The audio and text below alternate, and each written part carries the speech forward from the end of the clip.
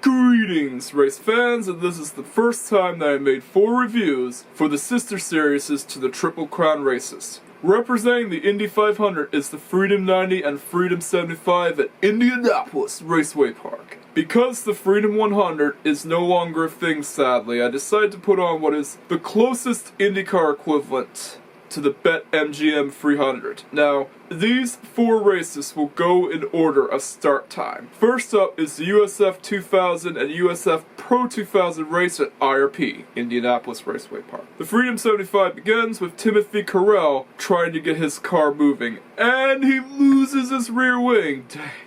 Not good, especially when he DNF'd right before the race even began. Jeez.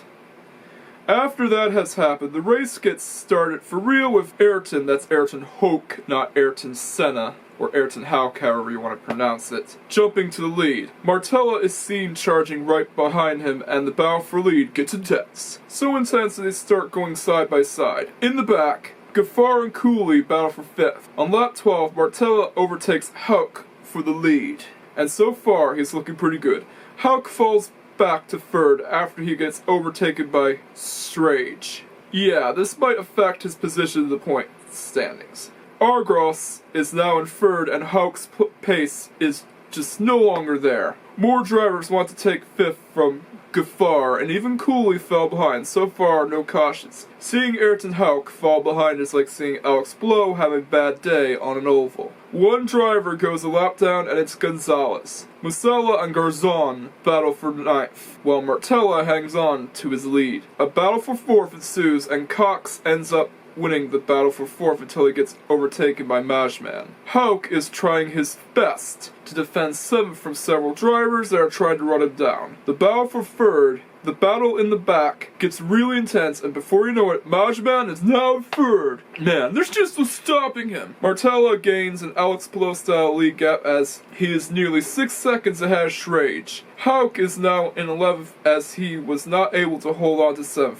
And the caution comes out as the number 11 of Eleni, or Elanelli, however you want to pronounce it, has mechanical issues. Because of that, Martella's lead gap goes away like it was nothing. The race restarts with Martella leading, and Schrage manages to defend 2nd after Majman attempts to get past him. There was even contact with the two. All Martella has to do is not mess up and win his first race. On the final lap, Martella managed to win the Freedom 75 with near 2-second lead gap. Not even a caution can slow him down. But anyways, the Freedom 75 gets an 8 out of 10 as there was genuine excitement. In my opinion, it was more exciting than the IWK 250 as there were a lot of battles going on. So much so that it makes bicycle racing look like a regular bike ride. No offense to bike racing fans, by the way.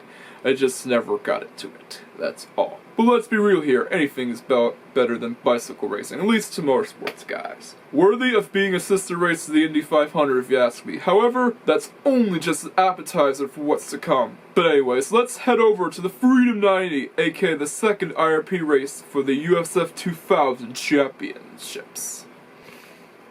After we got a taste of how exciting the USF 2000 championships can be, the Freedom 90 begins with the driver of the number 10 car having issues and trying to get the car started before the race would go underway. The race eventually begins with Clark jumping to the lead. Holy crap, there's a battle for the lead! Elkin and Clark go at each other. Now, this is something that you don't see in bicycle racing.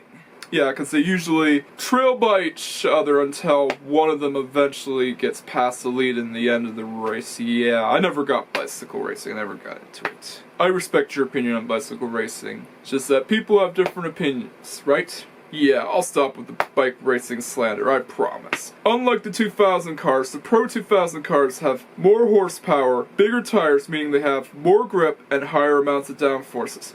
Finelli, who is the oldest driver in the race itself, falls back to 17th. Costello tries his best to hold off Golan, and Golan gets past him for 7th. Becklin and Itter battle for 11th. Even with Elkin trying to gain a huge lead gap, Clark won't go down without a fight and tries his best to eat away at his lead gap. Lap traffic gets in the way of both drivers. For a brief time, the stream got taken down without notice. Yeah, thanks a lot, Flow Racing. I really appreciate it. A caution comes out with Brienza hitting the wall. Now this will shake things up. This wreck was so devastating that the safety crews had to be deployed. Brienza is now in the race. The race restarts with Elkin jumping to the lead while Clark gets stuck in lap traffic. A few drivers battle Clark to get themselves unlapped. Of course they have to deal with streaming problems, and this will probably lead to a lawsuit with Flow Racing themselves. Now keep in mind, this isn't a pirated stream.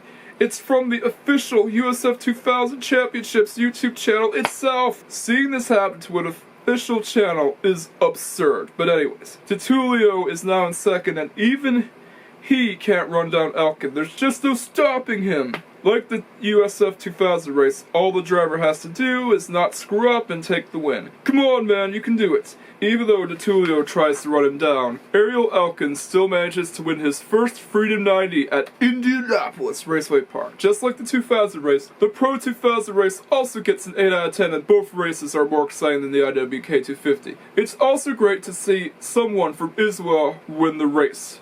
Yeah, Israel. That's what I meant to say. Hopefully Robert Schwartzman can manage to win this year's Indy 500, and speaking of which, he's on pole! Yeah, Prima defied the odds and managed to get themselves on pole. This is a big deal because Robert is the first rookie since 1983 to get pole in the Indianapolis 500. Like, everyone was like, what? When they saw that. But anyways, I'll be moving on to the Formula 2 race next. Now, this race I had to sleep early for as it aired early. So let's take a look at the F2 race next. Greetings, race fans, and up next is the Formula 2 sprint race at Monaco, which represents the Monaco Grand Prix itself. Now, this is my first time reviewing an F2 race, as I don't usually review F2 in favor of taking a look at its bigger brother, F1. But seeing that it is a quadruple feature about the feeder series, I have to take a look at it. Also, F2 has two different races within the race itself. A sprint race, which is on Saturday, and the main feature itself, which you have to wake up so early to watch, because time zones are different in Europe, that only the true hardcore and craziest people can be able to watch it, but you'll still get to see highlights. The sprint race, as the title suggests, is a much shorter race and it usually determines the starting positions in the main feature. Whereas the main feature is the main race itself, but both races are still much shorter than the average Formula 1 Grand Prix though. The sprint race portion of the F2 GP at Monaco begins with the usual formation lap, driver interviews, and Manny and Minnie leading 1 and 2. Yeah, it's so ironic that both cars are pink, but confusingly, they're both by different teams. Yeah, one of them's by Alpine Junior and one of them's by Prima? Like, how did they get the BWT sponsorship on a Prima car? Yeah, like, I don't understand that. Like, something is not right here. Contact ensues with Crawford and Lindblad hitting each other. Jeez, this ain't NASCAR. Manny and Minnie go at each other for the lead. The race gets yellow flagged when Shields spins out as he got involved with another driver. Man, they sure are aggressive, aren't they? Manny and Minnie still run 1-2. Lindblad gets penalized for contact. Another yellow flag gets thrown for a track hazard. Good lord, there's more yellow flags in this race than the Saucio Indy GP. Just like the F1 race, there's barely any overtaking. And then another yellow flag comes out. Joshua Dirksen gets stuck, and this might bring out the safety car. Because of that, another driver is out of the race. John Bennett even gets into the wall, as shown in a replay. After the full course yellow ends, Manny still hangs on to his lead. And no, Lindblad's penalty hasn't gone away. Browning starts running down Lindblad and might get past him if he uses DRS. Contact ensues with Goofer getting past Martins. And the race gets yellow flagged again. Victor Martins is under investigation by the stewards. Another driver DNFs, and it's Pepe.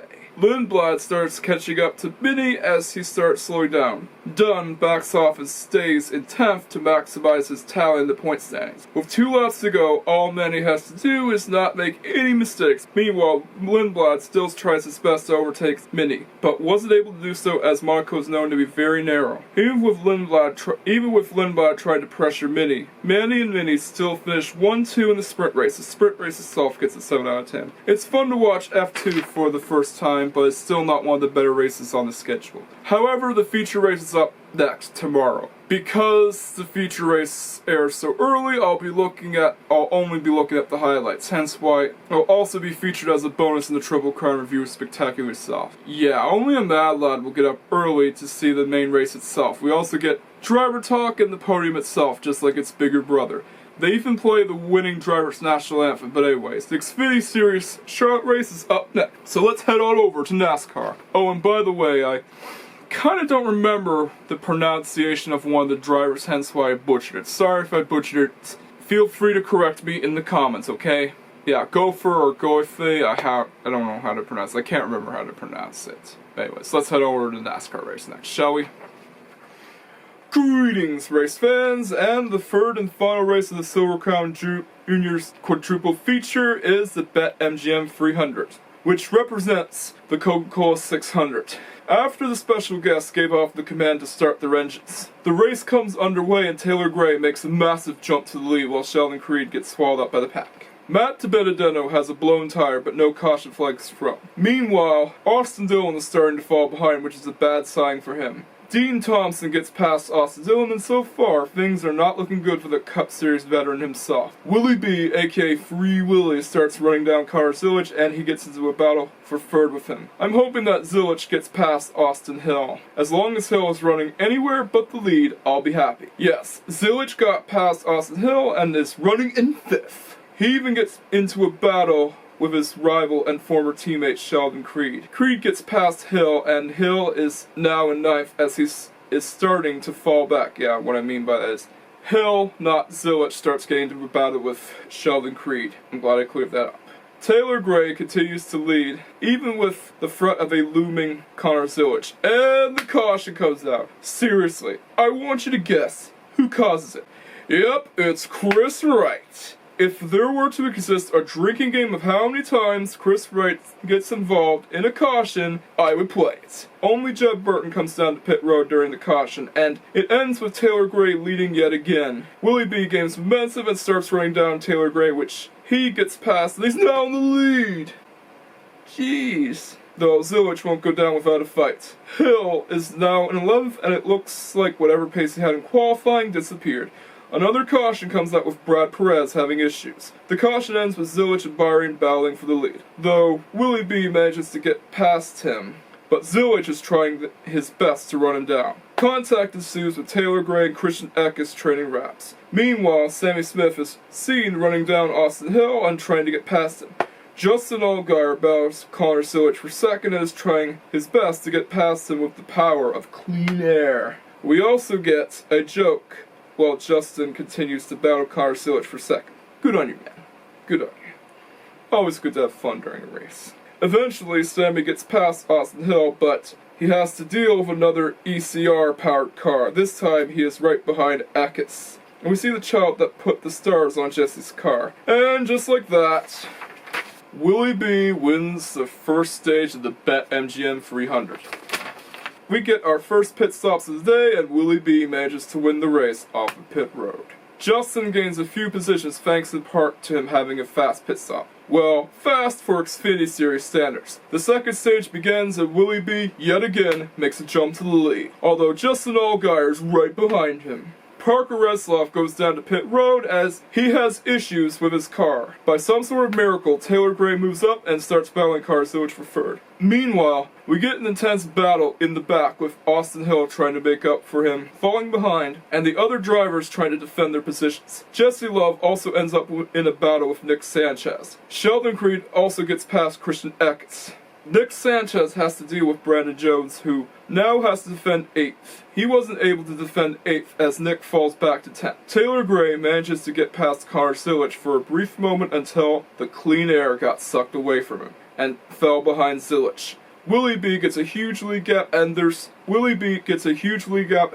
to hoping that someone will get past the bushwhacker. Zillich does some more air blocking on Taylor Gray and puts Brad Perez a lap down. DT starts running down Eckes while Eckes tries his best to block him.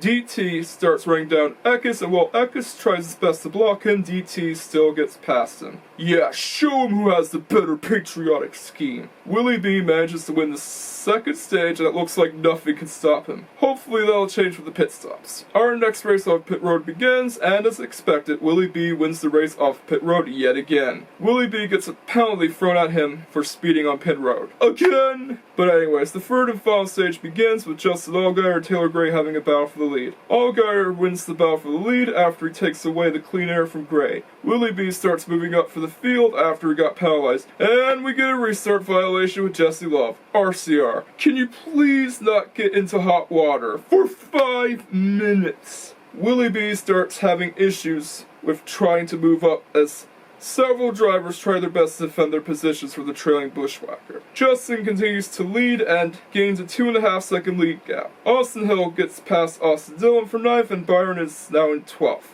Allgaier continues to lead while one driver comes down to pit road for issues. Sheldon Creed also makes a pit stop. Quapple and Smith battle each other for 6th, and they both try some air blocking while he also has to deal with a lap car. Speaking of which, Allgaier starts getting into lap traffic as well, and not even they can slow him down. Willie B is still having trouble trying to get past Carson Quapple. Willie B starts falling behind as dirty air becomes a factor, and we all know how bad dirty air can be. Several drivers come down to pit road, including Willie B. Anthony Alfredo has issues down in pit road. More drivers come down to pit road. Taylor Gray gets a blown tire, and no caution flag gets thrown as he made it to pit road. However, the caution still gets thrown for debris.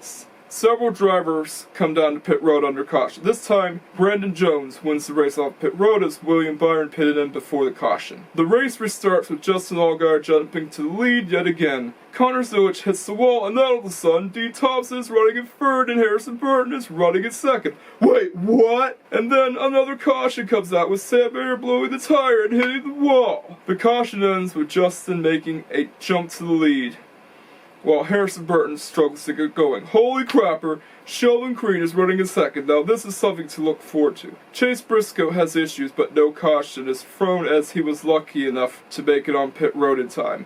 A freeway battle ensues and Carson Quapple gets past both Nick Sanchez and Dean Thompson. Wow. Just wow. That is impressive, man. And just like that, another caution comes out with Carson Quapple losing control and spinning out. Several drivers pit in, but the leading drivers stay out. At this point, Willie B is no longer in contention to win. Well, for now, but you'll know later of what happens. Because I do not like it. I just wish that no cautions were thrown after the fact. I regret saying that. Justin Allgaier takes the risk to stay out, and Sheldon Creed has no sets left. So it's about to see which driver takes the win. It's redemption arc versus first win, and as the caution ends, nothing can stop Justin, and we get another caution with Blaine Perkins and Harrison Burton getting involved. Oh, come on! At least Caffrey is safe this time around. Jesse Love fell back to 8th. Only 2 drivers came down to pit road as they had to get their cars fixed. Hopefully we'll get a full lap this time around. The caution ends with Allgaier leading yet again, and then all of a sudden another caution comes out and Caffrey gets involved. Good lord, can we please get the race started already? Jeb Burton is also unhappy with Nick Sanchez when we hear him on radio. The caution ends with Justin Allgaier making an impressive launch to the lead, and then all of a sudden, Willie B jumps up to third. Wait, what? Just when things were looking good, another caution comes out. The race eventually gets into overtime. During the caution, a tire comes loose, which is probably the most goofy-odd moment of the race. Poor Daniel Dye. The race restarts and we get our battle of 3 Hendrick power cars. One of them from HMS and 2 from a team that uses them but is still different from Hendrick Motorsports themselves. Here we go. Justin manages to hold off Willie B. Even with that, Willie B still manages to get past him, and the race ends under caution because Chad Burton wrecks out. Dang it, another exciting race ruined by a late race caution. This race gets a 7 out of 10 for a bushwhacker, stealing Justin Allgaier's win and the late race caution that ensued. As you can tell, I do not like it when a bushwhacker steals a regular victory. Yeah, he stole a regular season driver's victory and stole Justin Allgaier's victory. How do you think I feel about that? But the race does get points for the goofy incident that happened with Daniel Dye. And hey, we got one of the best patriotic paint schemes to ever exist. So it gets some good points, because hey, we got some excitement, and it looked like Justin Allgaier was going to win until that happened. Thanks a lot. I just hope that the Coke 600 can be better than what we saw at the BetMGM 300.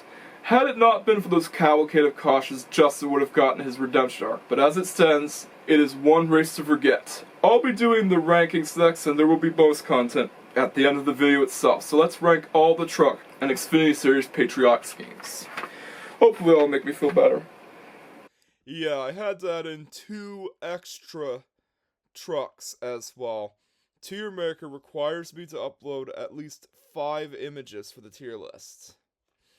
But the problem is that only 3 drivers decided to even bother with patriotic schemes in the truck series. Yeah, it's sad. So, number 7 and number 07 don't count. They're just added there to fill the list. Yeah, they look good, but they don't count. Yeah, so number 42, yeah, it's an A tier for me. Yeah, it looks good, but not the best patriotic scheme that I've seen in any truck. And number 44 goes into A tier, number 45 goes into B tier. Yeah, unfortunately this is a very short tier list because not that many drivers bothered to show up with paint schemes in the truck series at all that have a patriotic flair to them. But the Xfinity series has more patriotic paint schemes, thankfully. So let's take a look at them next. So yeah, like, the best so far is number 42 truck, and none of them appear in S tier, sadly. So let's take a look at the Xfinity series paint schemes, shall we? Oh. It's time to rank all the patriotic schemes in the Xfinity series, and we'll start with the 00. Yeah, the 00 Sheldon Creed.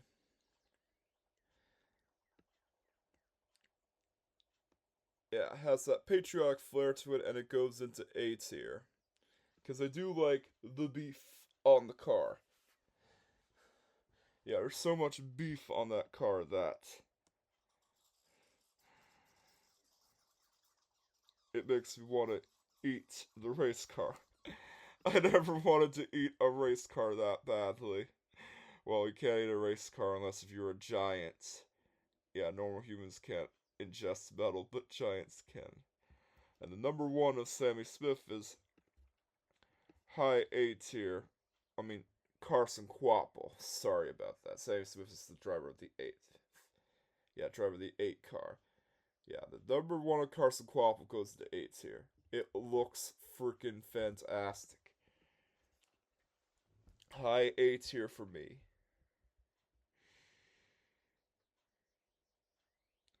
Yeah, the number 18 is, B tier for me.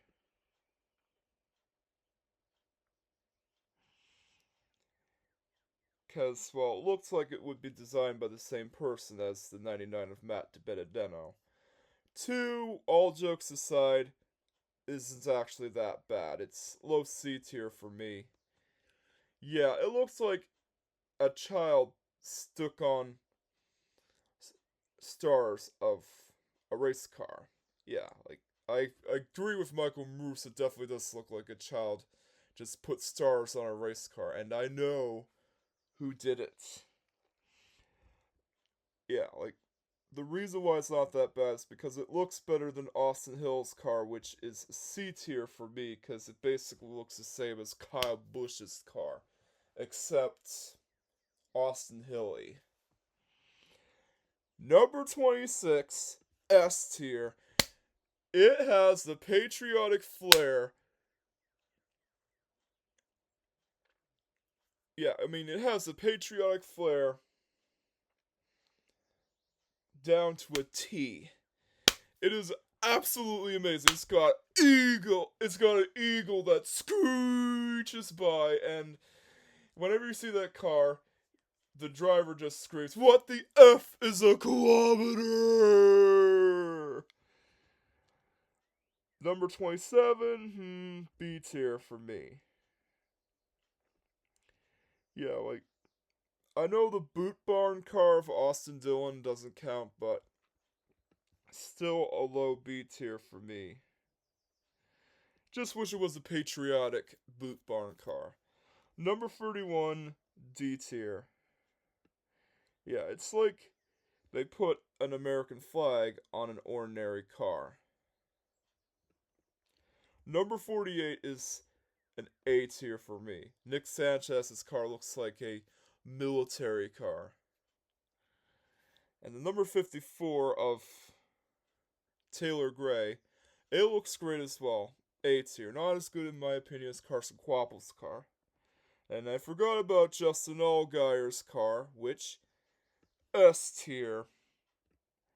It looks great. It reminds me of a stunt car that you would see at a stunt show. Like,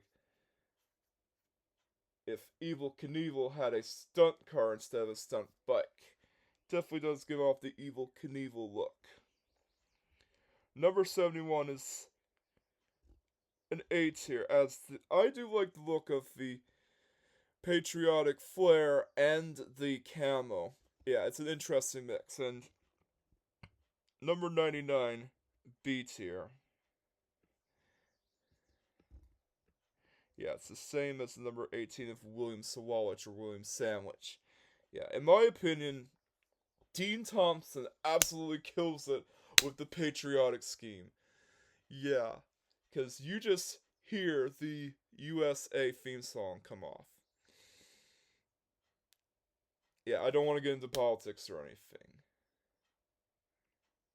But I'm not the kind of guy that hates America.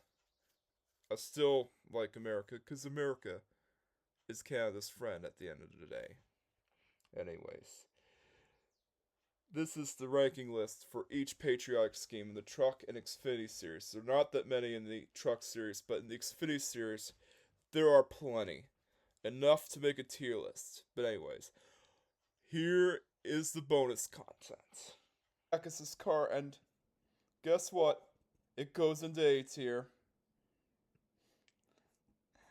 Yeah, I think it might be high A tier because I like the child on the car. It's really cute. And yep, that's that same kid that put the stars on Jesse Love's car. Just why I say that. I know that Michael Bruce say that, but I want to say that as well. Anyways, let's move on to the bonus content. Bonus content time! Yeah, I decided to take a look at the Weenie 500. The Weenie 500 is part of Carb Day, and it's the first time that Oscar Mayer decided to host this special event. The teams of each Wienermobile danced around before the race began, and we even get a tour of the interior of one of the Wienermobiles. But anyways, after we get the famous Oscar Mayer song and Granny Smith giving off the command to start their wieners, get it? 'Cause it's a Wienermobile. The Weenie 500 begins with New York Dog making a massive jump to the lead. The Wieners play follow the leader until the Wieners go free wide and Chicago Dog overtakes New York Dog for the lead. Chili Dog is trying its best to move up for the field. Sonoran Dog is now in first after it overtakes Chicago Dog. We see smoke blowing out of the engine of Sonoran Dog and is now out of the race. Because of that, Chicago Dog gets its lead back. After an intense battle, Slaw Dog overtakes Chicago Dog, aka Chi Dog, and wins the first ever Weenie 500. For a publicity stunt, it's actually exciting to watch, and the Wienermobiles, well, they're not fast, but it's still exciting to see racing out of slow vehicles. I mean, you don't need to have fast vehicles to have exciting racing, even if it is a publicity stunt. You just need to have good racing, that's it.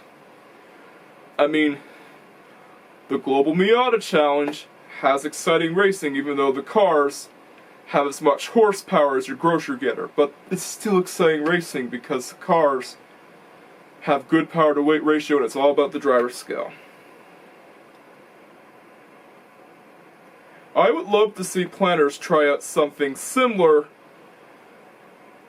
with the Coke 600, as they too have vehicles. Yeah, remember the Nutmobiles? Anyone, yeah, the Nutmobiles that planners makes that's kind of similar to the Wienermobiles. I like to see that in the Coke 600. The Weenie 500 gets a 9 out of 10. It's amazing that Oscar Mayer went to great lengths to build Wienermobiles and race them. But anyways, tomorrow is the Triple Crown Spectacular, or today, depending on how or when the video is uploaded, or what the situation is. And I'll link you to last year's BetMGM 300 if you want to see it. Don't forget to like, comment, subscribe, and hit that notification bell just in case you haven't already done so. Catch you guys next time, but Memorial Day is just around the corner.